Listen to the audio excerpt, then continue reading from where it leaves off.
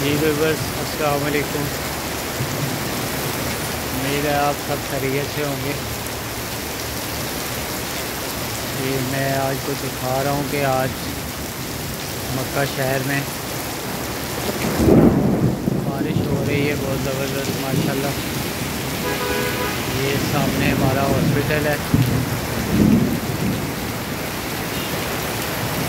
King Faisal hospital. यहाँ पर मैं काम करता हूँ।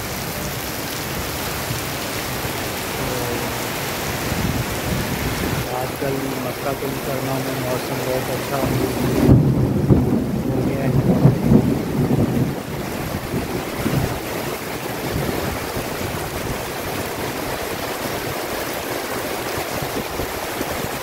बारिश खूब हो रही है 2-3 दिन से।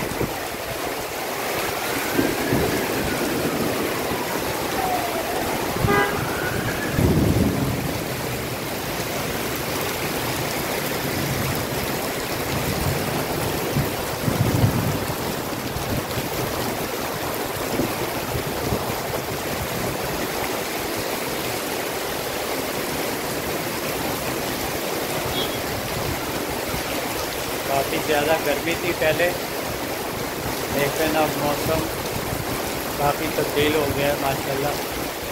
गर्मी काफ़ी कम हो गई है।